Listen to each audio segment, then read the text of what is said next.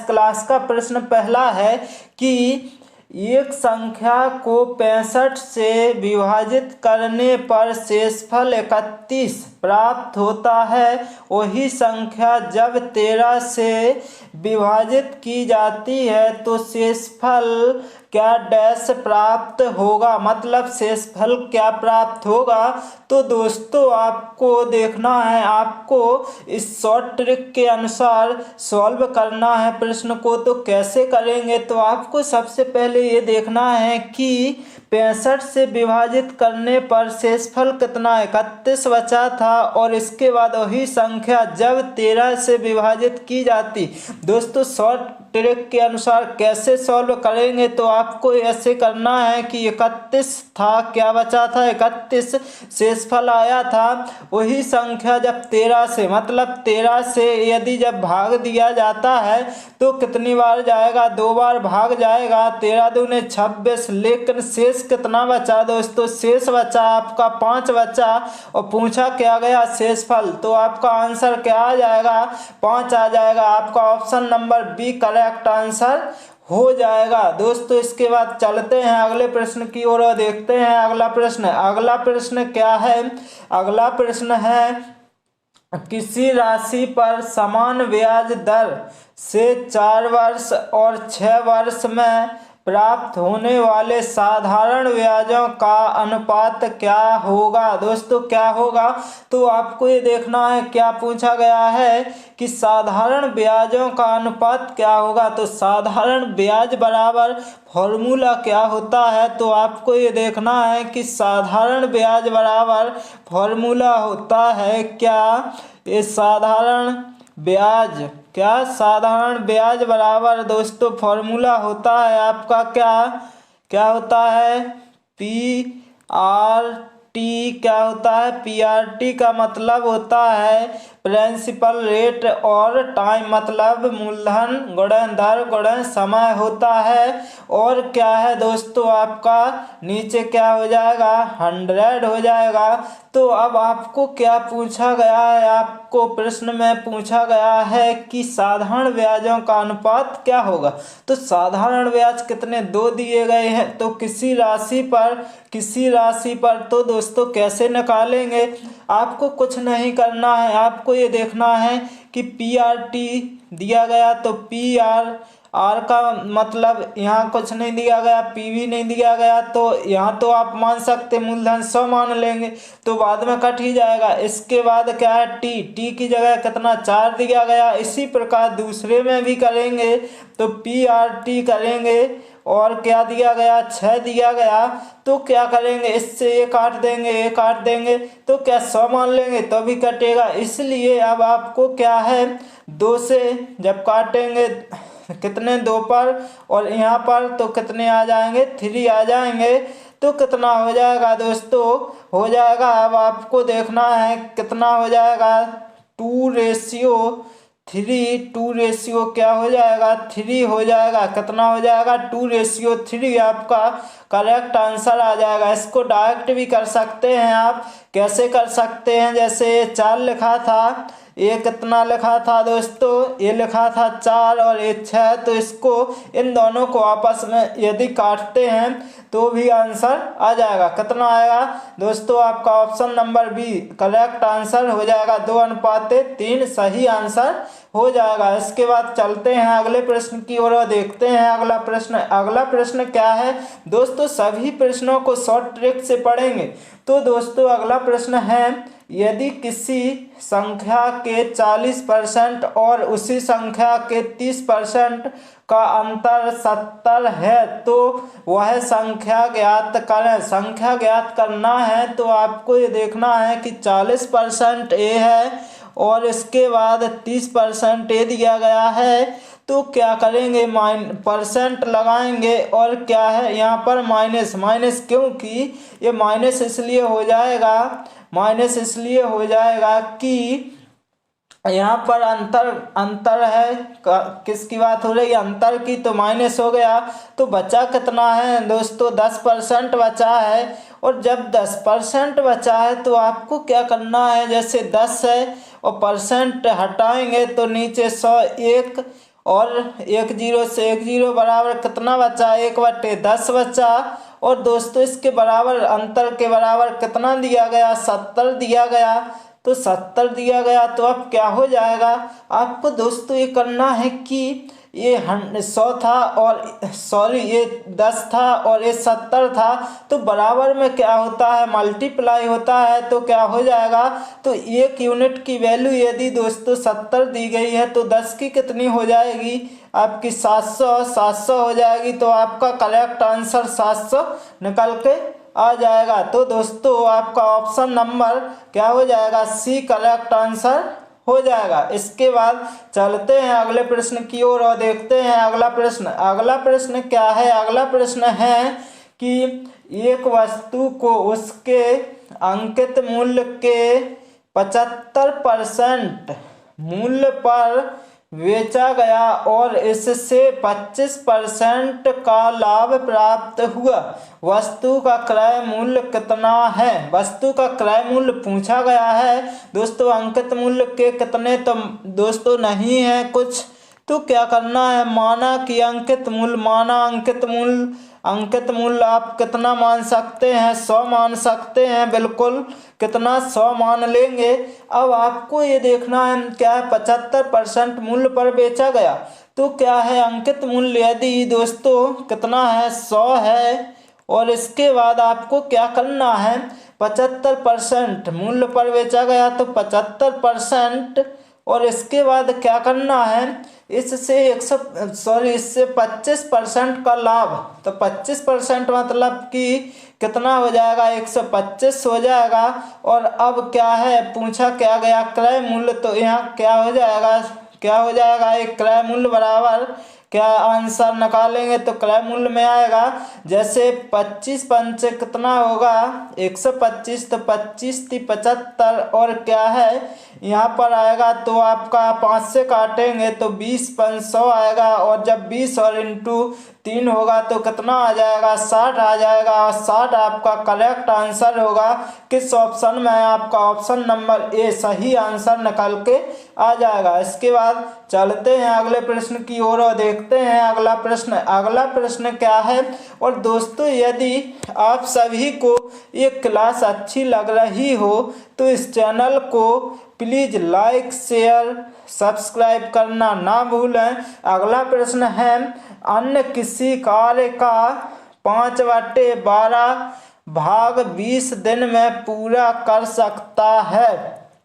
यह कार्य का 3/4 भाग कितने दिनों में पूरा कर लेगा। इसकी भी शॉर्ट ट्रिक है दोस्तों। कैसे है शॉर्ट ट्रिक, तो आपको ये देखना है कि 5/12 है, कितना है 12 है, भाग कितने 20 दिन में पूरा कर सकता है। यह कार्य 3/4 भाग कितने दिन में, तो आपको ये देखना है कि जैसे ये 20 दिन में है तो आपको इतना ध्यान देना है कि जो 5/12 है दोस्तों, तो ये जो 12 है ये ऊपर ले जाना है और जो 5 है ये नीचे लेके आना है। तो आपको ये देखना है कि ये देखना 5 की जगह कितना आ जाएगा, 12 ऊपर आ जाएगा, 5 कहाँ आ जाएगा, नीचे आ जाएगा। अब क्या है भाग कितने 20 दिन में, तो क्या कर देंगे 20 से मल्टीप्लाई कर देंगे। अब काटेंगे तो 5 चौक कितना हो जाएगा 20, और क्या हो जाएगा 4 और 12 का जब मल्टीप्लाई होगा तो दोस्तों कितना आएगा 48 आएगा, 48 आएगा। अब पूछा क्या गया है 3/4 भाग कितने दिनों में पूरा कर लेगा। 3/4 भाग जो है तो इसको आपको क्या करना है 4/3 लिखना है। तो कितना निकला था 48, तो 48 कर देंगे तो 4 एकम 4 और 4 दूनी 8, तो 12। और हमेशा क्या है बराबर के नीचे क्या होता है मल्टीप्लाई होता है, तो क्या है 12 × 36, तो 36 दिन आपका क्या हो जाएगा correct answer option number D correct answer निकल के आ जाएगा। दोस्तों चलते हैं अगले प्रश्न की ओर और देखते हैं अगला प्रश्न। अगला प्रश्न है इस क्लास का दोस्तों, जितने प्रश्न लिए गए हैं इस क्लास में सभी प्रश्न अति महत्वपूर्ण हैं जो कि परीक्षाओं में 100% पूछे जाते हैं। दोस्तों प्रश्न है 126 किलोमीटर प्रति घंटे की चाल से चल रही एक ट्रेन एक खम्भे को 6 सेकंड में पार कर लेती है। ट्रेन की लंबाई ज्ञात करें। ट्रेन की लंबाई ज्ञात करना है तो कैसे करेंगे? तो ट्रेन की जब लंबाई की बात आ जाए तो आपको क्या करना, लंबाई ज्ञात करना है। तो आपको कुछ नहीं है, आपको ये देखना है क्या हो जाएगा, चाल गुणा में क्या हो जाएगा, समय, क्या हो जाएगा, समय हो जाएगा। तो क्या करेंगे, चाल कितनी है, 126 किलोमीटर है। और दोस्तों यहाँ पर ऑप्शन मीटर में है तो आपको ये करना है, यदि मीटर में जाएंगे किलोमीटर से तो ऊपर छोटी संख्या यानी 5 और नीचे बड़ी संख्या से मल्टीप्लाई, और सेकंड कितने दिए गए हैं, 6 सेकंड दिए गए हैं तो 6 से मल्टीप्लाई कर देंगे। तो 6 कितना हो गया, 18 हो गया, और 3 से काटेंगे, 3 चौको 12 और 3 दूनी 6। अब 42 गुणा जब 5 करेंगे तो कितना आएगा, तो दोस्तों 5 दूनी 10 हो जाएगा, 10 का 0 हो जाएगा, 5 चौको 20 हो जाएगा, और एक कैरी आई थी तो कितना 21 हो गया। तो 210 आपका correct answer option number C हो जाएगा। दोस्तों मैं आशा करता हूं कि आप सभी को ये प्रश्न समझ में आ रहे हों, तो इस चैनल को लाइक शेयर सब्सक्राइब करना ना भूलें। देखते हैं अगला प्रश्न। अगला प्रश्न क्लास का है। अगला प्रश्न इस क्लास का है कि निम्नलिखित भिन्न संख्याओं का महत्तम समापवर्तक HCF ज्ञात कीजिए। इसकी शॉर्ट ट्रिक ये है कि यदि दोस्तों HCF पूछा है तो ऊपर क्या लेना है, आपको HCF लेना है और नीचे लेना है LCM। ये आपकी शॉर्ट ट्रिक है।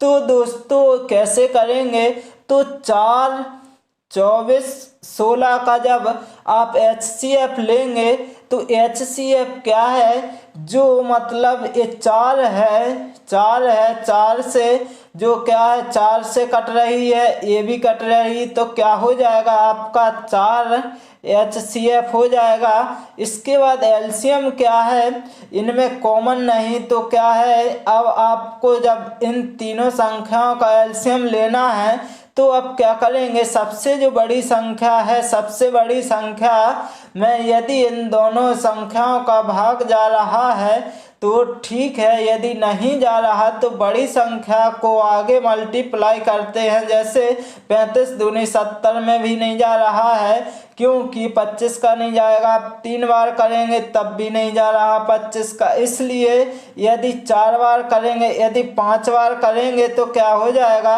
5 25, 5 15 और 2 17, इसमें भाग जाएगा तो आपका एलसीएम कितना हो जाएगा 175। तो नीचे कितना आएगा 175, तो 4/175 आपका सही आंसर होगा। जिस ऑप्शन में दिख रहा हो आपका ऑप्शन सही हो जाएगा, option number A correct answer निकल के आ जाएगा। इसके बाद चलते हैं इस क्लास का अगला प्रश्न देखते हैं। अगला प्रश्न कैसा है दोस्तों, अगला प्रश्न है, एक तार जो 14 सेंटीमीटर त्रिज्या वाले एक वृत्त के रूप में है को मोड़कर एक वर्ग बनाया जाता है। वर्ग की भुजा की लंबाई सेंटीमीटर में ज्ञात कीजिए। पाई का मान जबकि कितना दिया गया है 22/7 मानना है।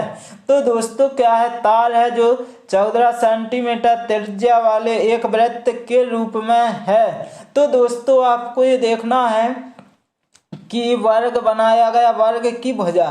तो दोस्तों आपको ये देखना है कि वृत्त की परिधि क्या होगी 2πr होगी, और इसके बाद बराबर क्या है वर्ग की भुजा। तो वर्ग की भुजा 4 × ये मान लो या फिर भुजा लिख लो, बात बराबर है दोस्तों।